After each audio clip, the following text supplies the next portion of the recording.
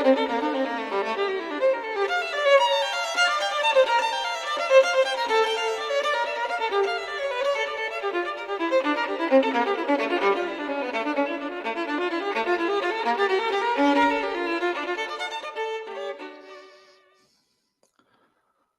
friends of Imagine Heritage, I would like to welcome you to our new vidcast on the series of our non-profitable organization for the aspects and dimensions of intangible heritage.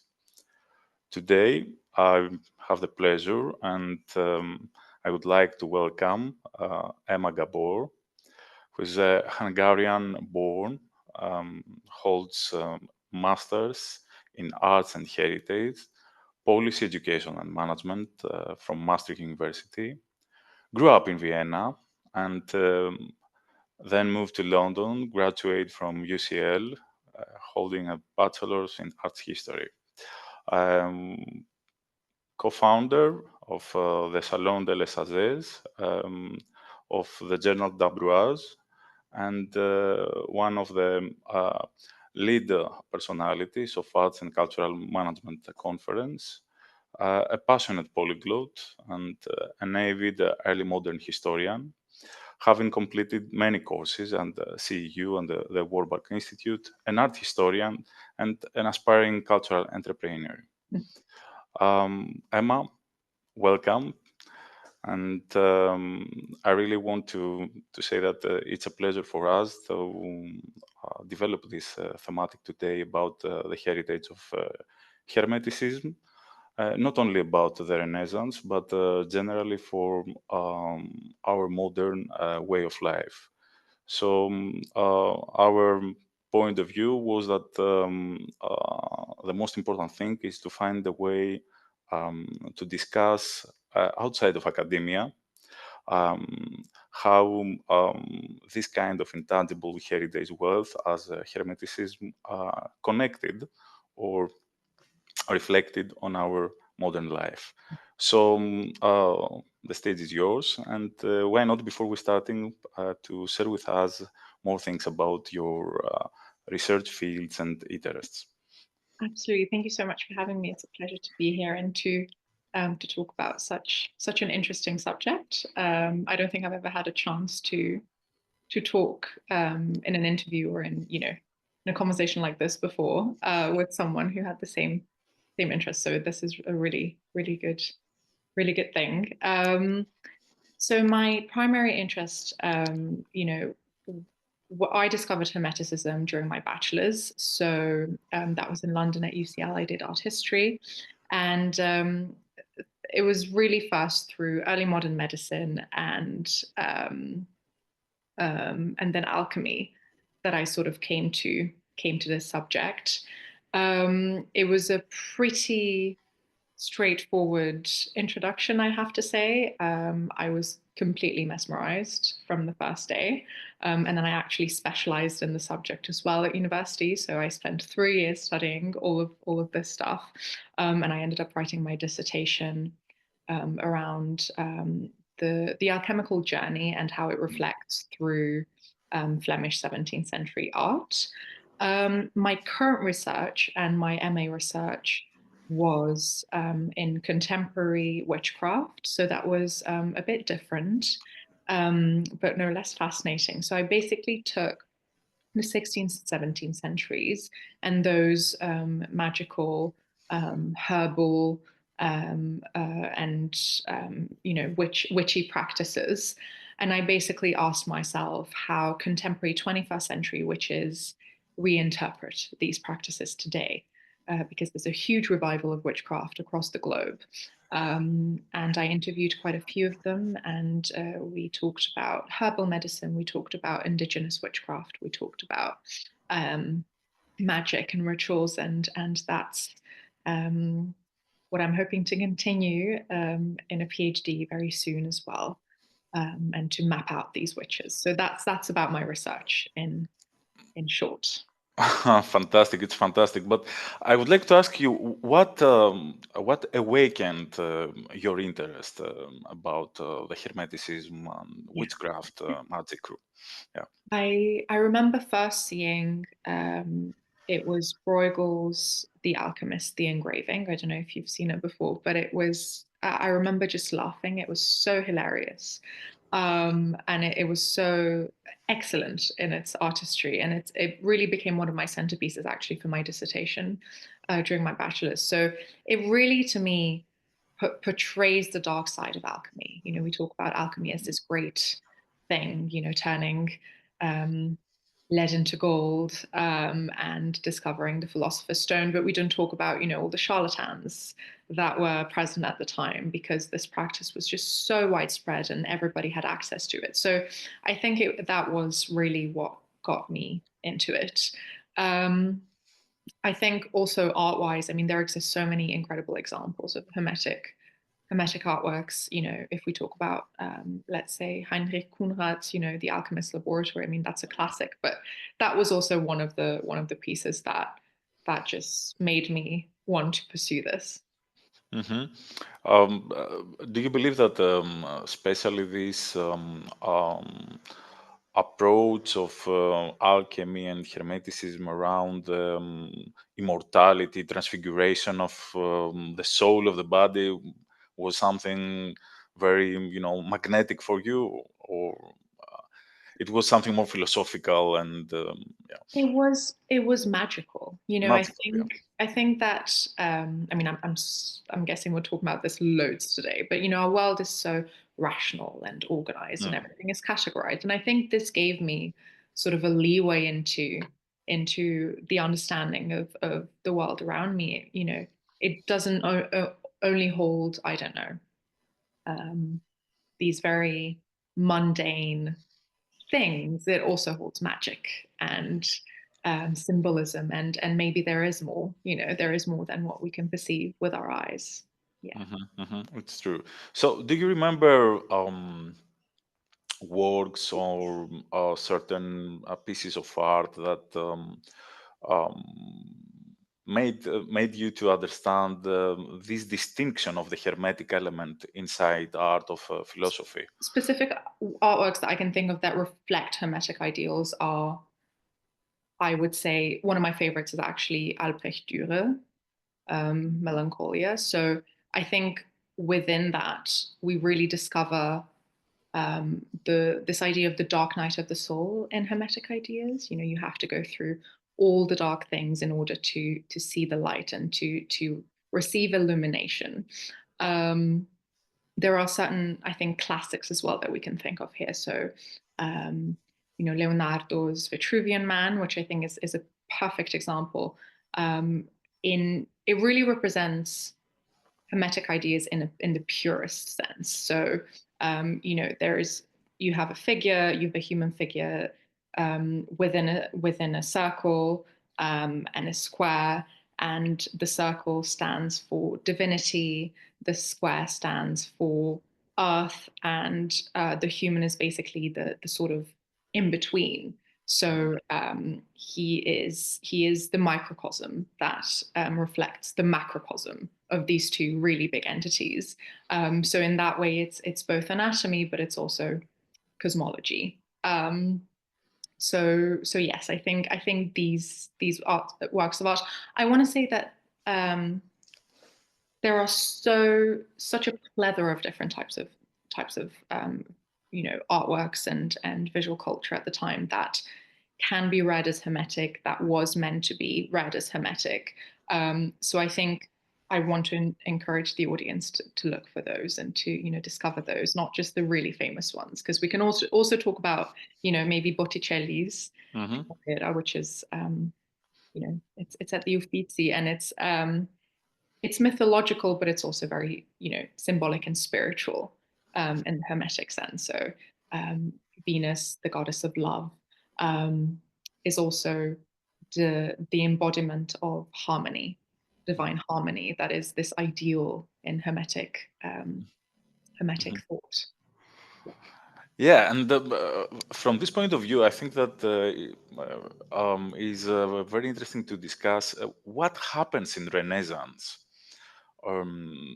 during the Renaissance period, and actually made this revival of Hermeticism, so powerful. I think that many people don't understand, this peculiar character of this period. Yeah. Yeah, so the Renaissance was a very interesting time of where I think we have to remember here the core idea that science and religion were not yet split. So I think if we Mm. go with that, we can understand everything. So, Hermeticism brought this beautiful idea or thought perspective on the world that allowed for humans to look at it not just through either or, but through both. So if we look at the basics of Hermeticism, maybe we can start here. It was thought that Hermes Trismegistus was the one who sort of whose works were rediscovered during the Renaissance, basically and then were translated by Marsilio Ficino. Um, and he was supposedly a sage from like ancient times, like way before Plato or anyone. Mhm. Um, and and for him, Hermeticism was this idea that the cosmos is one single unit. It's one single entity, and everything and everyone in it is interconnected. So, you've got the macrocosm, which is the greater whole, the planets, the stars, everything, and then you've got the microcosm, which is what is within us humans, and they mirror each other. They are each other. They are inseparable. So, within Renaissance intellect, this idea of science and religion came together in natural philosophy, and and they understood that nature held within it the divine, and because everything is one and we are one with nature, therefore we are also holding within ourselves the divine, and we can communicate. Um, and so the purpose of Hermeticism became not only intellectual, but also very transformational, essentially. So there was this um, not just the observation of nature, but the living with nature and the the sort of communication with nature and the things around us.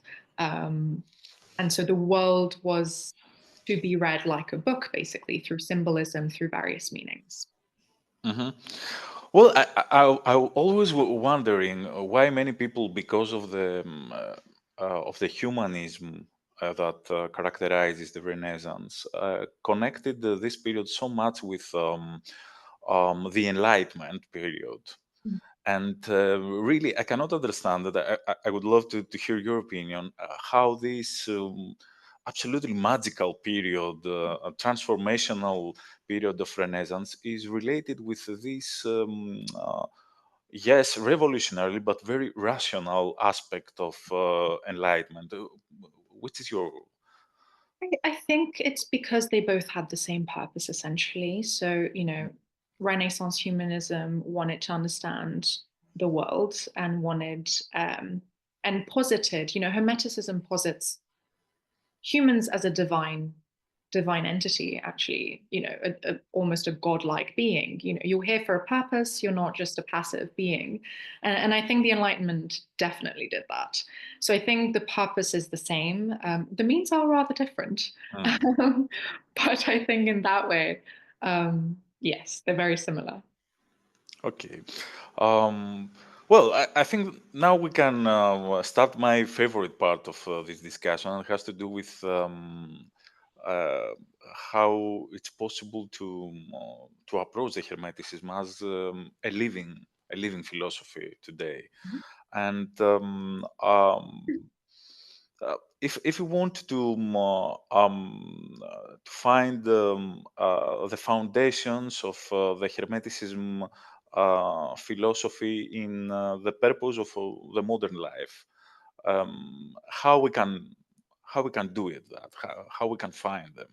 Um, I do want to go back. Maybe we'll get to this later, but Heinrich Conrad's engraving, The Alchemist Laboratory, it has a motto, which I think says, I'm going to paraphrase, but it's something like read, reread, work, read again, and then you shall discover, greatness, or, knowledge, or whatever it is.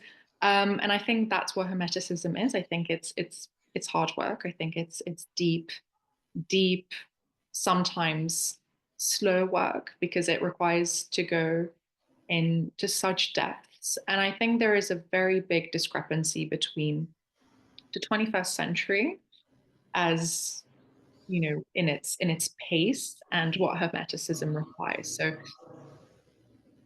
in a world where we require clarity immediately, and we require answers immediately, and we want everything to happen so quickly, I think Hermeticism is a very good way to ground oneself and to be like, no, actually, I'm going to do this thoroughly, deeply. I'm going to go through this as it was meant to be, studied and done in the Renaissance. So Hermeticism is really not very different from what I think humans are looking for today. We needed answers back then. We need answers now, as to who we are, what our purpose is, where we're going. There are so many movements nowadays as well with, just look at my research. I mean, witchcraft, it's very, very much related. There's so many Hermetic work being done in witchcraft, contemporary witchcraft as well. But also the general spiritual movement, or just, the wellness movement, really, of today. Everyone is looking for inner transformation. Everyone is looking for inner growth. And that is what Hermeticism is about. It's about the soul's journey from sort of darkness to light. And I think it's a beautiful way of discovering the world. It's a truly unique perspective through which to look at the world, especially today. Yeah, and many people and the researchers and young researchers today, I don't know if the right word is confused, but mixed the Hermeticism with Neoplatonism, or of course the alchemy, and especially maybe the alchemy because of its laboratory character, Yeah. or more scientific aspect of alchemy. But do you agree with that option, that it's something a little bit similar, or is Hermeticism something overall, and a great umbrella, a great spiritual umbrella? Mm. Yes and no. I think that Hermeticism and, for instance, Neoplatonism differ in that Neoplatonism wants you to more like observe rather than participate, whereas Hermeticism wants you to actively participate. So I think there is that distinction there. Alchemy, I think, that's very interesting, because alchemy, I know traditionally it's understood to be sort of a sub of Hermeticism. And I wouldn't, negate that, but I would go as far as to say that they are very, very similar in character. So I think both hold within themselves this idea of material practice, but also spiritual understanding. Alchemy, at its very foundation, is material practice. So it does want you to, I don't know, turn lead into gold, and to go and experiment with pigments and materials, and et cetera, et cetera. But the laboratorio is not just a laboratory. It really is almost like a temple. So there is a spiritual side of things. The search for the philosopher's stone is also the soul's journey, just like within Hermeticism. So I think that there is that really deep connection there, and I think they, matter and spirit reflect each other. And I think Hermeticism and alchemy absolutely go hand in hand. Yes.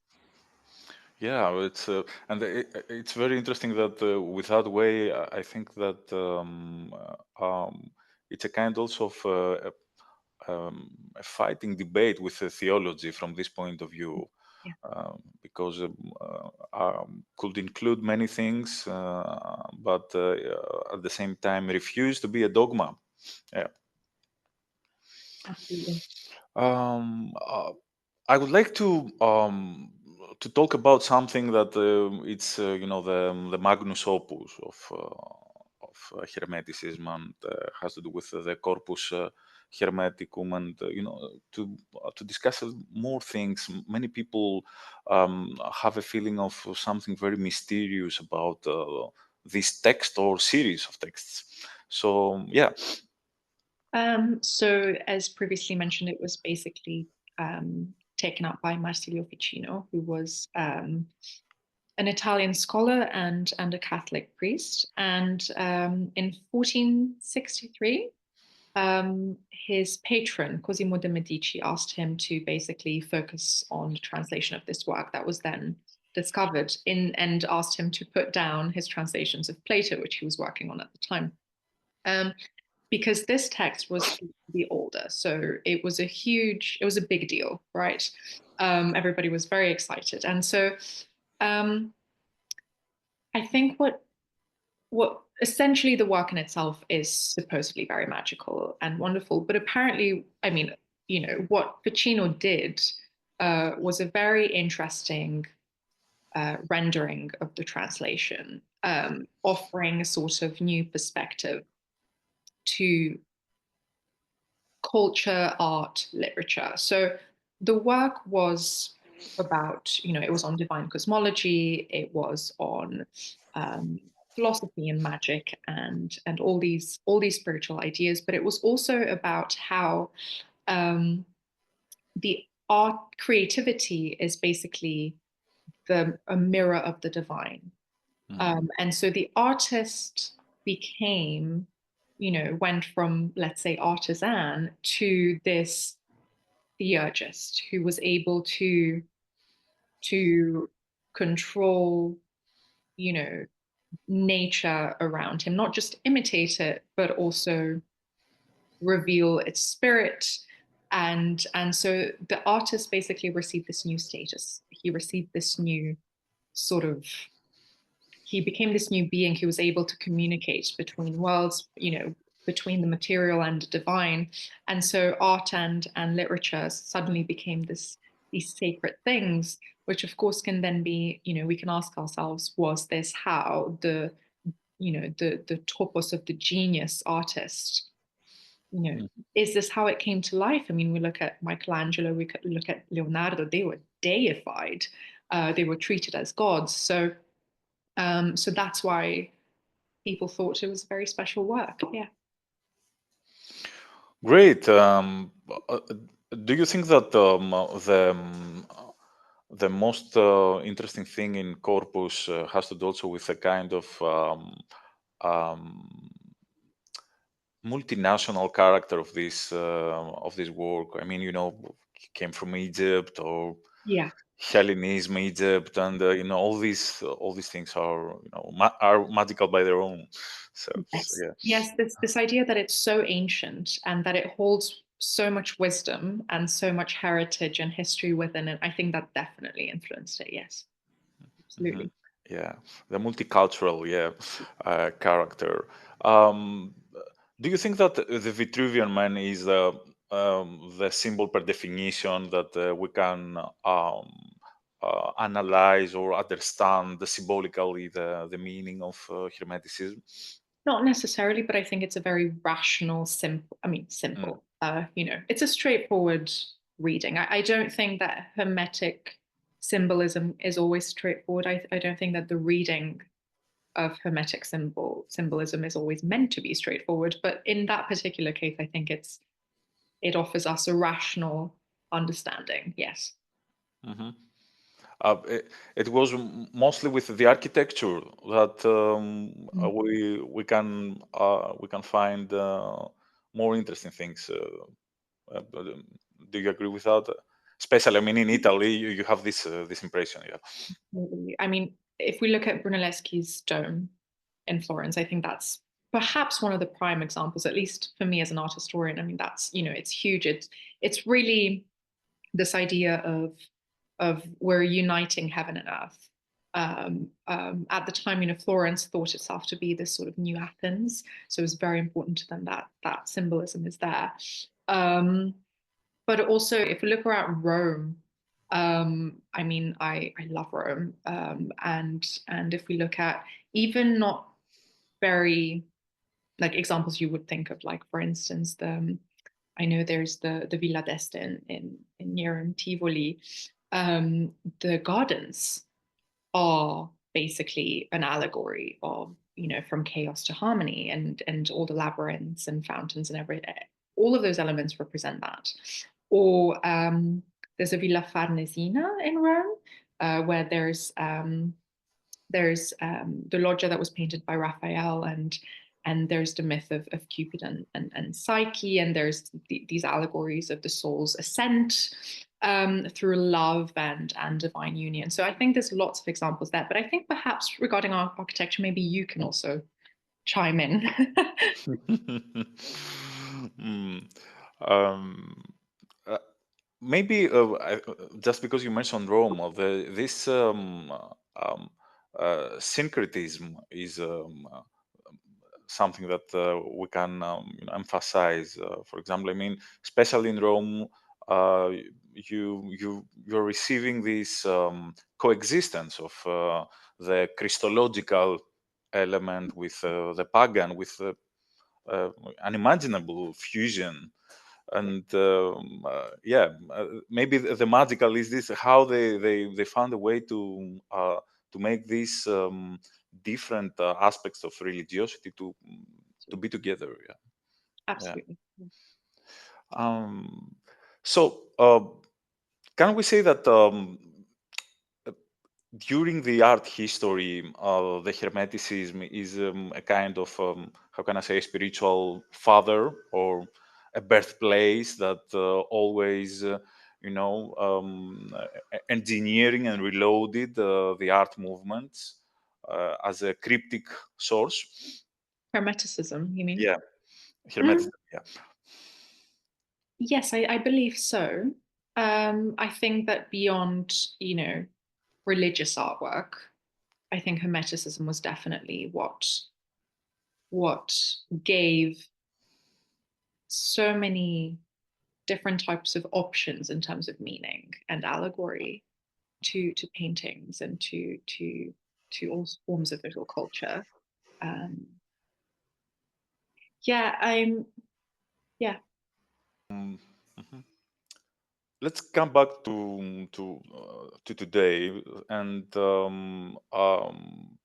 discuss a little bit about modern hermeneutics, narratives, and movements. Why not that we can find that they have at their center the Yeah. Hermeticism. So, I mean, if we look at the last century, the last two centuries, we can, in visual arts, William Blake was quite prominent. Um, but I think really now, 21st century now, I think there's a lot of like sort of how should I put it, like local interest in Hermeticism, but not so much like this great, incredible interest in Hermetic symbols in terms of visual culture. I'm not familiar with any contemporary artists who explicitly use it. Please, if you or the audience know of such an example, let me know, because I would be fascinated to see it. Um, but I know that in literature, I mean, if we look at Yeats or Jung, they absolutely write about it, use this. What's very interesting is in contemporary, really 21st century stuff, fantasy books are on the rise, especially the last 5 years. There are so many fantasy books on the market, and a lot of them use Hermetic symbols, or they create their own magical worlds with their own, like alchemical stuff and planets and all sorts of things. So that's a very interesting movement, I think. Um, but I think there's also a lot of symbols, like, let's say, sigils that have become sort of thought of they are thought of as like normal symbolism, and people don't know where they come from, and so they just kind of use them as like it's just sigil, but actually it's it's Hermetic in origin. So there's a lot of that. But in my own research in witchcraft, I do see a lot of people picking it up and dealing with this, and there are a lot of, specifically in what I research, witches who take from 16th, 17th centuries in astrology, in herbal medicine, all this stuff, in alchemy. They really stick to these ideas. So they practice traditionally. So they don't um, pull in any new age ideas. They don't mix the stuff that you're not meant to mix with, certain practices, all this stuff. They really stick to the written rules of the Renaissance, the early modern period in that way. So I think that's very nice. How do you explain this term, or yeah? So for the witches specifically, I know that a lot of them have their ancestors who did, they know that, let's say they were killed during the witch hunts, or they were practicing specific hermetic practices or such things. And so they, as a sort of form of, I suppose, respect, but also justice, they basically take these practices and they hold on to them, and it's heritage, really. It's familial, but also collective historical heritage that they want to continue. So there is that, absolutely. Yeah. So, can you or do you think that there is a risk for the protection of this kind of heritage when we are going to familiarize so much with something more popular or more artistic? How we can find the balance, I mean, between the heritage aspect and the way that we want to update it? Yeah. Like with any ancient or old heritage, I think there is the risk of it being lost always. Um,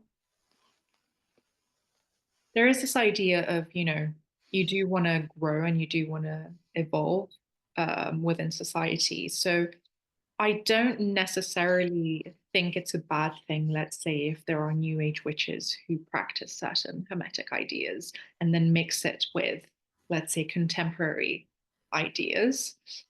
I just think, I'm of the opinion, I don't know if I can say this as someone who actually observes these individuals, but I am of the opinion that one should respect those traditions and that heritage, and Mhm. shouldn't alter them too much, because there's that tendency of them getting lost. But I'm also not, you know, blind. I mean, society has to evolve, and these practices also, they do evolve. That's just their nature. So I think there's a harmony, a hermetic harmony to be found. So, do you think that the harmony is the most valuable idea of Hermeticism? I think it comes down to interconnectedness Mm, more than, yeah. I mean, harmony is definitely, related to that, but I think it's the as above, so below. Everything is connected, everything is one. I think that's a beautiful idea. The fact that that the universe is you and you are the universe, and that your soul can understand the universe and has that possibility, and you can read nature around you, and there is going to be symbolism and knowledge coming to you. I mean, I think that's beautiful, that there's not just um, what we see with our 3D eyes, but there's perhaps more. So yes, this idea of being intertwined with everything around you, this idea that you're not passive, but you're an active member of this planet, of society, and you do have power and agency. I think that is very, very beautiful and meaningful. Yeah, and Emma, just because I know that your interest on the cultural management and the cultural leadership at the same time, What do you say if this idea of interconnectedness wanted somehow um, to use it today for our global agenda issues? I mean, how much we miss this interconnectedness conception. Yeah. I think people, you're right, completely right. They tend to focus on the superficial and again on getting answers quickly and getting results quickly and everything. And they miss the point, which is the journey, the soul's journey, right? So yes, I think there's so much that we could do with this idea. Absolutely. Yeah, so maybe I mean the projects that you are engaged or what you love to do next are connected with a different kind of cultural policy or a cultural policy that could shape through interconnectedness people that why not tomorrow maybe will be decision makers, right? Yes. Yes. So I mean, you're right. I am just finishing up at the projects as we speak. So for those of you who don't know me, I basically built a nonprofit, the Salon de la Sagesse, and I was its president for 5 years. And I think last week or 2 weeks ago, um, I quit. And the same with the ACMC, which is the Arts and Cultural Management Conference. So, it's been 5 years, so it was time. But yes, I always told all the committee, I always told everyone that I worked with, guys, it's of course important in a world like ours to get results and to do our best and to deliver. But what's more important is that everybody gets something out of it. They get a good experience, knowledge, connections out of it, and they should enjoy the process. If they're not enjoying what they're doing, then I'm doing something wrong. So Mhm. that was really always my main purpose, is that everybody who's working on these projects, who's part of this community, they enjoy being there. And I think that is perhaps what we lost in society as well. We're working towards what? Mhm. Money, to pay the bills. I mean, I think there's more than that. Yeah, and you are absolutely right. And maybe for this reason, we do not have so many projects that are characterizing from fantasy, from Yeah. farsightedness and strategic character for our planet, for our humanity. We do not have people that overcome this money dictatorship way of thinking. Yes. So we need this approach, especially in the cultural market. Yeah. And here I want to ask you how do you think that using this symbolic and initiatory character and journey of Hermeticism, we can design new projects for the cultural market in the near future? Um, yeah, Very something question. more in order to feel free to to think and share about what really need to design in order to follow this heritage for the future. I think this is a very loaded question in terms of the how. I don't. I think again, Hermeticism is a good answer for this, because you have that magic that you can take from Hermeticism and apply it to the sort of grayness of today's capitalistic world. um, so there is that. The initiatory journey that you speak of, I think, is perhaps that's really key in not just cultural heritage and the cultural field and leadership. It's um, we have to move through natural human processes without um, fearing them, without wanting to rush them, without also idealizing them. Grief is it is what it is. It takes time, for example. But there's processes to grief. There are stages to grief, and you do come from that dark place, and then you end up being illuminated, so to speak.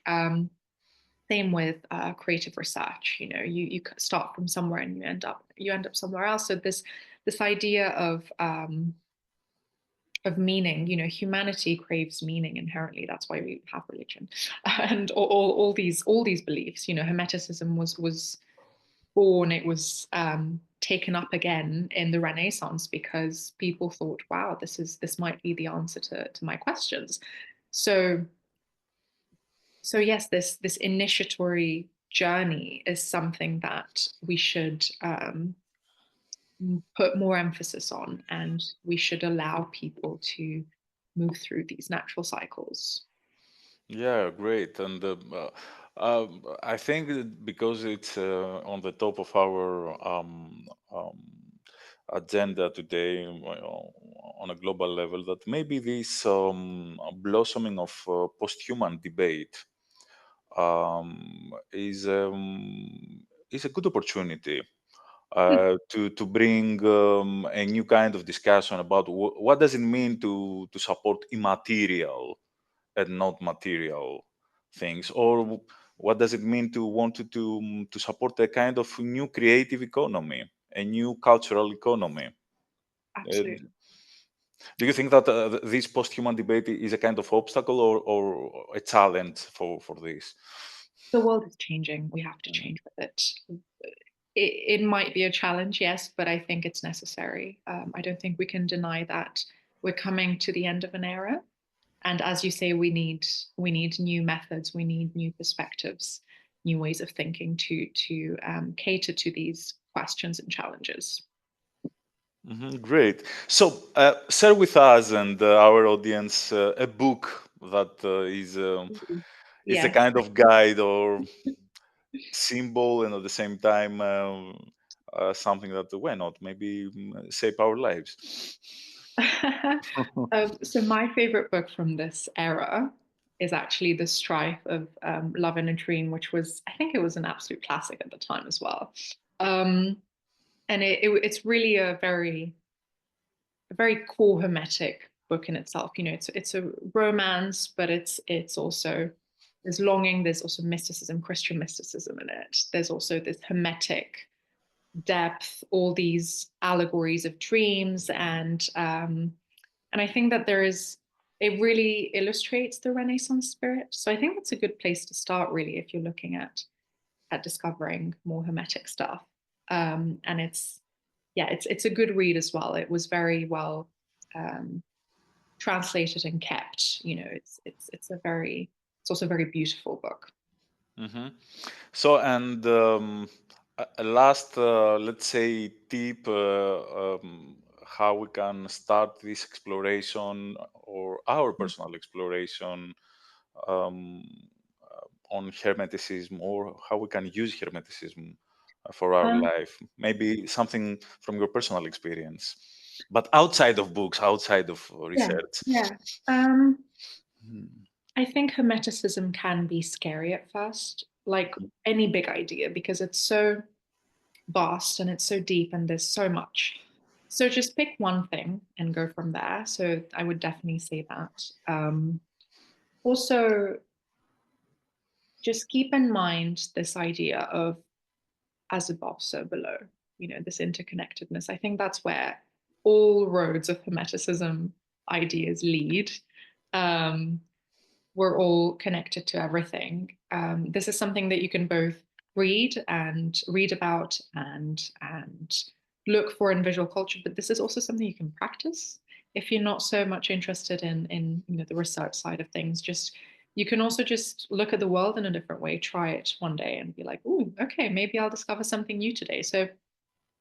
Um, so yes, there is agency, right? You do have agency, you do have power. Don't think that you don't, and you do have. There is more.